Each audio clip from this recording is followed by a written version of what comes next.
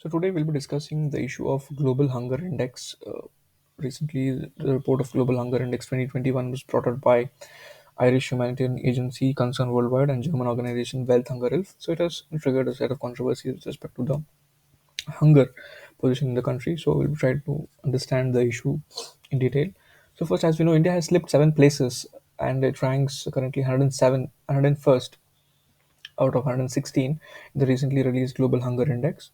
So, how do we try to assess this position when you compare India's performance with its own performance in the earlier years? So, its GHI score, that is the Global Hunger Index score, is declining. So, first thing is that India's own performance is declining over the years, and then it is performing worse than its neighbors, such as China, Pakistan, Bangladesh, and Nepal, who are ranked above India in this index. And it also lags behind similar nations, such as the BRICS nations, if you have to compare, for example, South Africa and Brazil. So we lag behind such countries by a significant margin.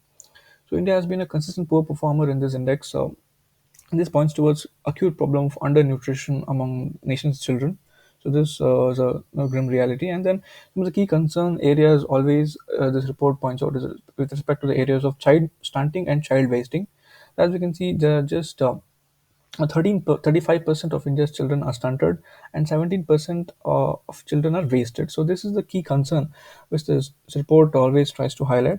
And as we can see, India's position was 102nd 2 years back, 2019, declined to 94th.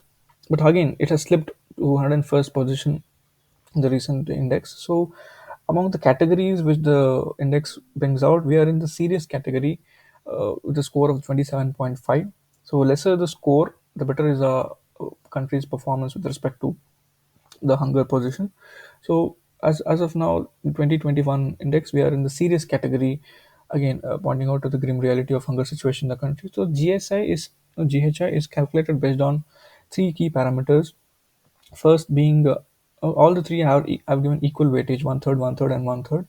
So undernourishment being the first criteria, first parameter. Second being child wasting and child stunting. So wasting is low weight of children below a certain age, and child stunting is kids below 5 who haven't grown in height due to factors such as undernutrition. And the last being child mortality, that is death of children under 5 years of age. So these are the key parameters on which the report is calculated. Now, moving on, is this a irony of the modern age? So, why we're calling it an irony or a paradox is because India is one of the top food producers in the world. So, despite being a top food producer and also a healthy exporter of major commodities, so it is failing badly to feed its own population, especially the vulnerable section, that is children. And we also have food stocks above the buffer norms, which is sufficient to feed the entire nation. So, despite such a healthy buffer stock, why are we failing to feed the children? And as we coming to a conclusion that food shortage is not the issue. So, what is the big issue? What explains the plight of hungry millions? Just we must try to understand in perspective. And also, is it a methodological flaw, as the government points out year on year, that government slams the report after India's position, tanks air every year. So is this a methodological flaw? Does the index have any particular flaw in the methodology? Coming to the data collected, as we know, such the data for which goes into the making of such indices is collected from the international organizations such as United Nations, WHO, and FAO. So these organizations, multilateral organizations, in turn they compile their data from credible government data. For example, we India conduct a national family health survey year-on-year basis, and even the condition of stunting and wasting in the national family health survey also is very grim. So the data perspective has to be looked into such a context that data this is how the data gets into the making, and then we must also be aware of the minor inconsistencies, if any, of such indices because of the weightage relative position being given. But acknowledging the minor inconsistencies, the GHI presents a grim reality that we are not so unfamiliar with. So this is one key thing we must be aware that it can be an irony also, as well as a methodological flaw also, if possible. So it can be ruled out. This is the official position of the government that it slams the methodology of the index year on year. Now coming to the key issues which must be looked in with respect to the index and the hunger issue overall. So as we know, the first issue being that we have failed to provide healthy and well-rounded diets. So when we talk about well-rounded diets, we're talking about balanced diets for our children. So especially we need more budgetary allocation specifically aiming at improving child nutrition, because it's no more about food security, it's about nutritional security. And a well-rounded diet or a balanced diet would include the qualitative aspects, the quantitative aspects, meeting the calorie norms, as well as the diversified diet. So these are the three key conditions uh, in which we can call a diet as a well-rounded diet. It must meet the quality norms, it must meet the quality in terms of nutrition, the quantity norms in terms of the overall calorie requirement with respect to certain ages and gender composition, and also the diversification of the diets. So, apart from it, when you compare with the budgetary allocations, we can find gaps in terms of nutritional perspective. Overall, as we can see, the total allocation for union budget was increased by 14.5%, but the funds towards the child nutrition. So this is the index highlighting area, child nutrition specifically. So that has plummeted by around 18.5%. So again, a key gap with respect to the report. And also, organizations such as Down to Earth finds that there is shortfall in implementation, which has led to failure in tackling child wasting.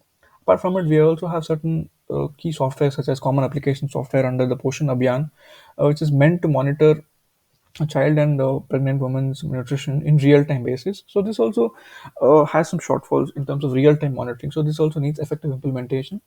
Apart from it, the CAG, the Comptroller and Auditor General of India, brings out audit reports of key government programs with respect to nutrition, such as ICDS and Poshan Abhiyan. So here it finds that with respect to ICDS, it revealed that out of 1,000 odd crore allocated, only 900 crore was actually disbursed to state governments. So this is one key finding with respect to gap in terms of amount allocated as well as amount disbursed. And when we compare with respect to the amount dispersed also, for instance, there is 4,000 approximately 4,300 crore being released under Poshan Abhiyan uh, in the time period of March 2018 to December 2019. Of this 4,000, only 1,500 crore has been spent. So roughly one third, you can consider one third has been spent even of the total amount allocated. So this, is a huge shortfall with respect to the nutrition missions and the spending proportion is concerned. Overall, as we see, the issue points towards issue of distribution. We have the food, but we are not able to distribute it to the right area. So there's a spatial distribution, temporal distribution issue. Inequalities in the society are making such nutrition diets being unaffordable to vulnerable sections such as children. Also, the choice of meal, as we talked, a diet should include a quality, quantity, as well as diversified aspects, and also certain systemic issues in terms of fund allocation and shortfalls in funding, spending the funds already allotted. So, some of the key solutions which we can look with respect to the index and hunger position overall is that the solution can come through sustained high food production. So, we must maintain the high food production already, which we have, but at the same time, we must also ensure equitable distribution. So, the distribution aspect must be equitable. It must be equitably distributed across space and time, and also reaching the vulnerable sections the most. And then coming to the systemic issues, as we have discussed. So the systemic issues in terms of cleansing the PDS system and minimizing the flaws in the nourishment programs such as midday meals and ICDS, especially in the COVID context, the midday meals and ICDS, such flagship programs suffered a lot. So here, some elements such as food fortification and better targeting of the children, especially the children who are suffering malnutrition problem the most, they can be better targeted. And coming to the situation overall it was to agriculture. So agriculture and farmers issue are tied to it, because the situation will only improve if the remuneration of both in cash and in kind for small and marginal farmers is ensured. Ironically, as we see, a large number of India's food producers fail to afford a square meal, and accordingly their own children try to suffer this acute hunger problem, and it's also a rural phenomena in that sense. So agriculture and farmers welfare is also linked to this issue. Apart from this, one of the bigger issues which is linked to the chronic problem of hunger is the poor maternal health status. So, as we know, India women suffer from the problem of anemia, etc. So, stunting and wasting among children in India start at a very early age of child's life.